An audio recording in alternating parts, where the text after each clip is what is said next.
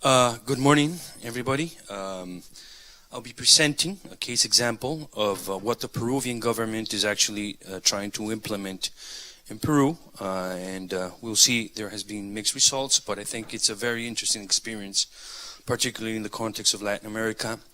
And there's been a lot of interest from other governments within the region and outside of the region who've actually traveled to Peru to actually learn on this system, which is currently being implemented.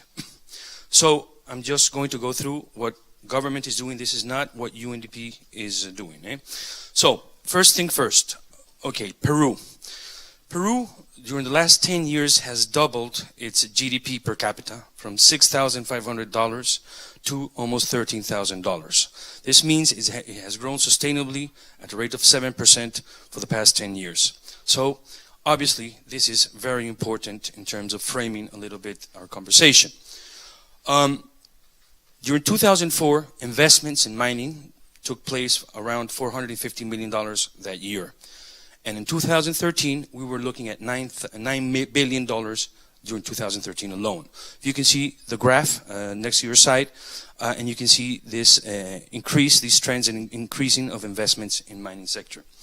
On average, it implies 58% of Peruvian exports, 14.5% of tax revenues, and 13% of GDP. That's the average between 2004 and 2014. So as you can imagine, this is very important for government in terms of putting forward social policies and promoting growth and reducing poverty, reducing inequalities, and so forth. So Peruvian government needs to sustain this type of growth. In terms of local development, the royalties or resource revenues generated basically by mining by itself is the largest source of revenues for decentralized public investments, impacting 1,724 districts out of 1,836 districts. So we're talking about almost 98% of districts, okay? And it has meant investments of over $5 billion. So at the local level, it has had a huge impact. In 2011, these royalties financed 11% of regional budgets, and in mining departments or mining regions, it financed equivalent to 20%. Transferred financed new infrastructure, prioritizing road infrastructure, water and sanitation, education infrastructure, and agricultural infrastructure. Today, the current investment portfolio is $56 billion, okay, which implies 47 large-scale mining projects throughout Peru. So as you can see, there's a big promise in terms of continuing with what is the sustained economic growth. However, there's several challenges for giving sustainability to this this growth. First, that most of the mining projects are located in areas with large social gaps and extreme poverty. As you can see in the graph, the blue figure denotes the number of projects, okay, in that region, and this is the level of poverty, okay? So where we have most of the projects, there's high degrees of poverty. There's a weak presence of the state in several mining areas. There's limited impact on welfare because of these investments within communities. There's institutional weaknesses, basically because there's lack of representation mechanisms, and there's very little recognition of cultural diversity and environmental liabilities. So all these pose challenges, basically, to being able to sustain these investments. And these challenges basically have led to the emergence of social conflicts, which impact governance and stability, and has paralyzed and postponed investments. In terms of impacting governance and stability, for example, during the last 4 years, this has involved the removal of almost 4 ministers and other authorities. It has caused violent conflicts which have injured over 2,000 people and produced the deaths of 63 citizens. In terms of paralyzing, postponing investments, it has meant basically impeding an investment of $62 billion for the period 2011 to 2014, which overall impacted GDP growth by 2.3% per year. This means that if we would have been able to promote these investments, Peruvian economy would have grown 2.3% higher for every single year we're talking about. So, as you can imagine, it is of government's interest to maintain this growth, because this growth is what allows it to promote social policies and reduce investments. and promote investments. So, the evolution of social conflicts. We can see here that back in 2007, we were talking about 154 conflicts. In 2008, 216. 2009, 347. 2010, 362, and so forth. And in 2014, we had 11 conflicts. The period we're going to be talking about is particularly starting 2012, when we had a new government installed and promoted this new approach to addressing conflict, which was the institutionalization of dialogue. Currently, we have 211 social conflicts. Of all conflicts, 68% of these are linked to the use of natural resources. Particularly, 66% of the 68% are produced by mining challenges, 15% in hydrocarbons, and 8% in the use of energy. So as you can see, we have a very well thought out and detailed analysis of the type of conflicts we have in the country, and how these and what type of conflicts are affecting basically the country. So the new approach to address this issue was basically focus on prevention and the promotion of dialogue. What for? To improve governance for the country. This means more stability. To improve the sustainability of investments. This means we can sustain the rate of investments we want and hopefully increase it. And third, more development for the country. So what is this new approach based on? First, a focus on prevention. What government has done, it has tried to break down conflicts, okay? And we've noticed that we can break these conflicts in terms of differences and controversies to avoid the emergence of conflicts. Differences are when we understand that there's different perspectives in terms of an issue, and controversies is when these differences collide with each other but do not turn violent yet. So there's been a lot of work to identify where are these differences and where are these controversies. Once we identify them, government is able to act upon them. Second, management of dialogue. Government is now using dialogue as a main tool for the transformation of social tensions. What does this mean? A few years ago, say the government before the actual government, government would simply take out the police, okay, and would use the force, and we would have confrontations, and there was very little room for basically a process where government, together with the communities, would try to sort of resolve the issues. This no longer happens. Today, government has decided that for every single conflict, they would install a commission or a dialogue process, where basically it's not only government and the community, but also the private sector and local governments. That's why we're talking about a multi-stakeholder dialogue. So from now on, whenever we talk about dialogue, we need to understand it's multi-stakeholder in nature. We need everybody involved in the conflict to sit down to try to resolve the differences. Thirdly, the building of new public policies. To be able to move forward with dialogue, we need to install this at the policy level. So therefore, there's been an implementation of strategies, instrument, methodologies, protocols, and policies per se for conflict prevention and management that are part of innovative public policies. I will go in deeper with on these in a few seconds. Fourth issue, the issue of citizen education. That means promoting a culture of peace, human rights, and democratic values that contribute to the generation of capacities for dialogue and mediation. In every single dialogue process, it is what proceeds before the actual sitting down to discuss the issues. There's also a process of training and capacitating social communities to better work with these issues.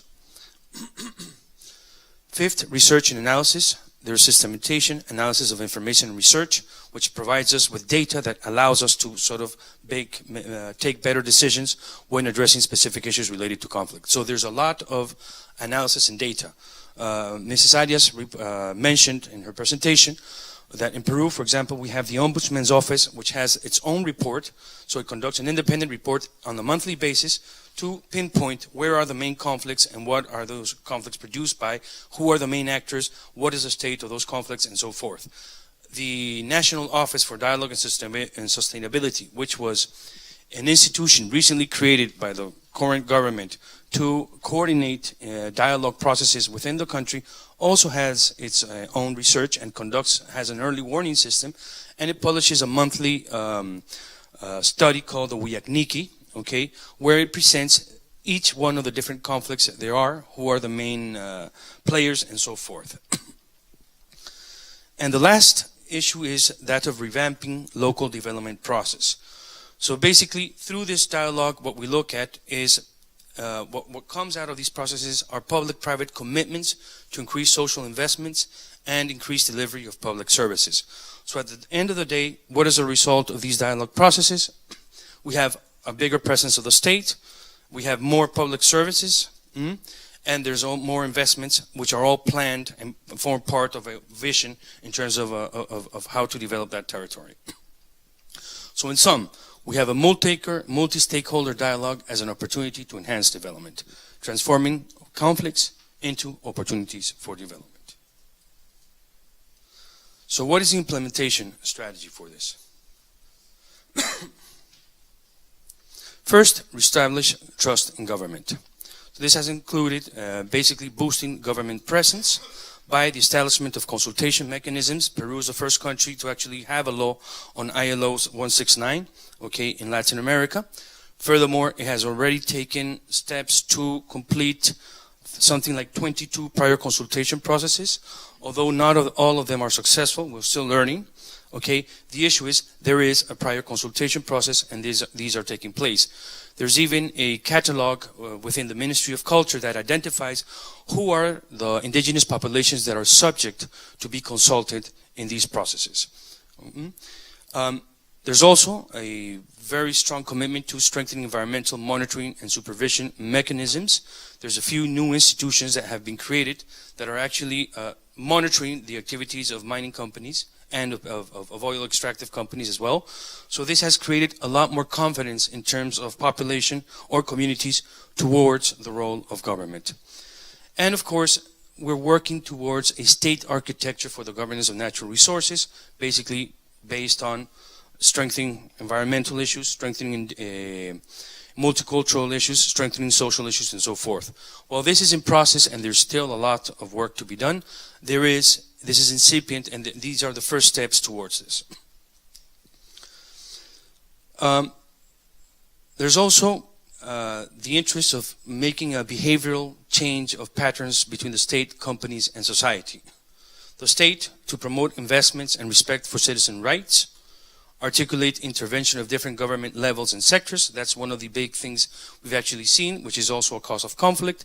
You have a conflict, you have different parts of the state that come to address a conflict. But nevertheless, that doesn't get us nowhere. Really quick. We have a national policy to institutionalize dialogue. There's a law proposal for the creation of a national system for the prevention and management of conflicts.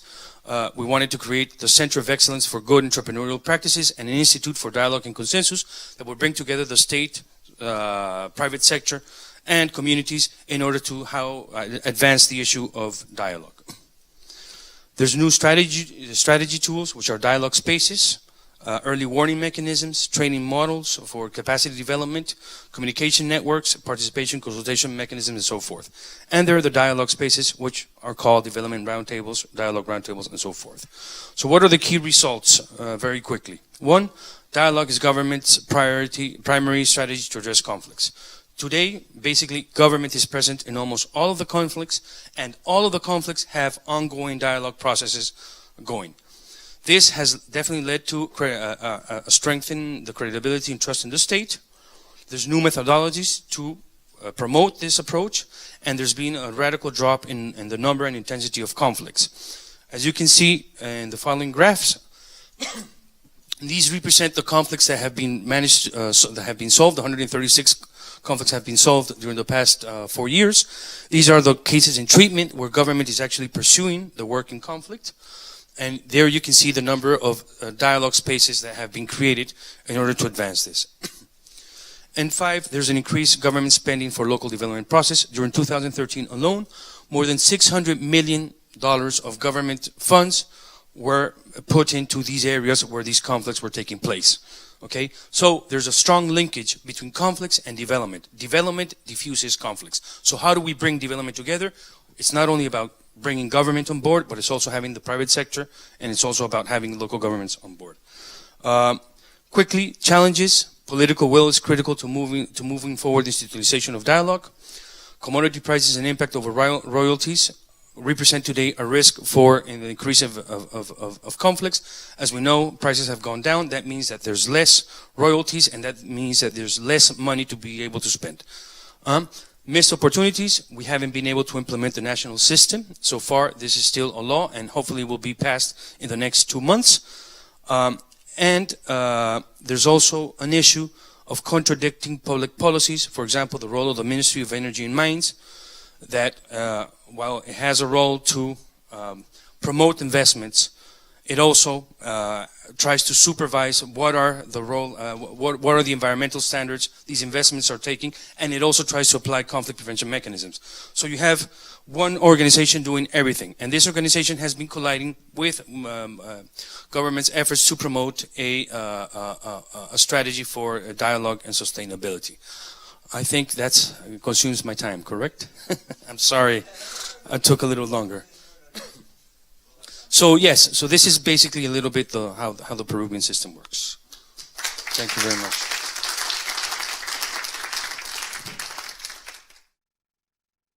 Thank you for that. Maybe we'll just stop right here. That's about 6 questions, so we could get some responses. As I'm conscious of the time, if anything, we're going to have to discuss some of these issues over lunch, because it is really fascinating, and we've just started. So here, I better turn the mic over. I'll go quickly through some of the questions on the local development side asked by our colleague.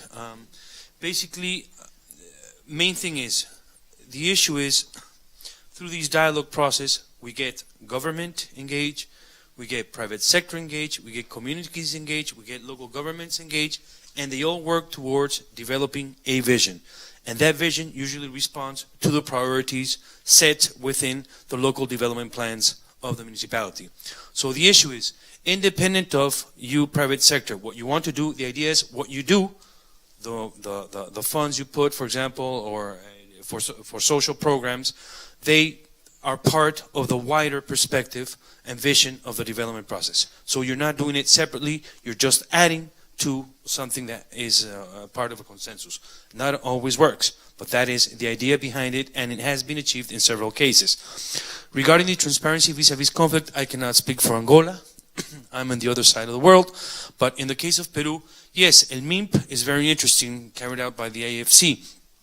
But the MIMP, I think, responds a little more to how do we strengthen capacities of local mayors to invest better.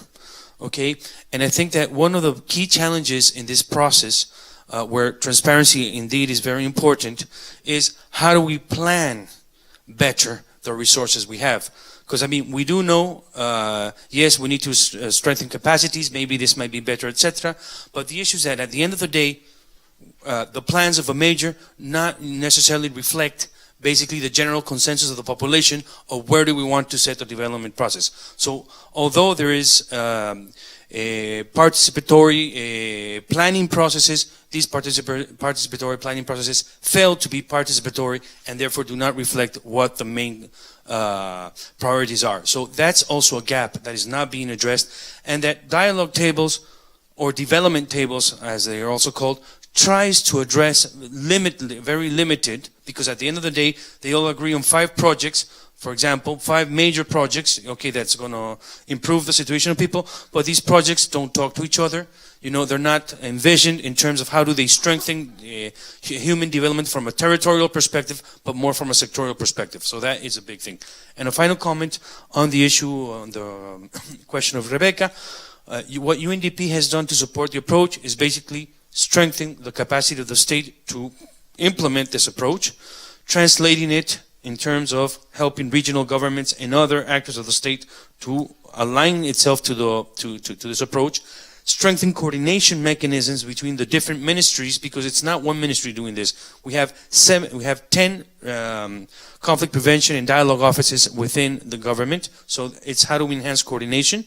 Empowering civil society. Civil society plays a humongous role in terms of moving forward dialogue, and it's basically one of the big bases in terms of ensuring that this approach can follow. And finally, we're definitely working very closely with the private sector, and we have a private sector that I think understands the issues finally, at least a big part of private sector, and that is definitely a major asset in terms of moving these things forward.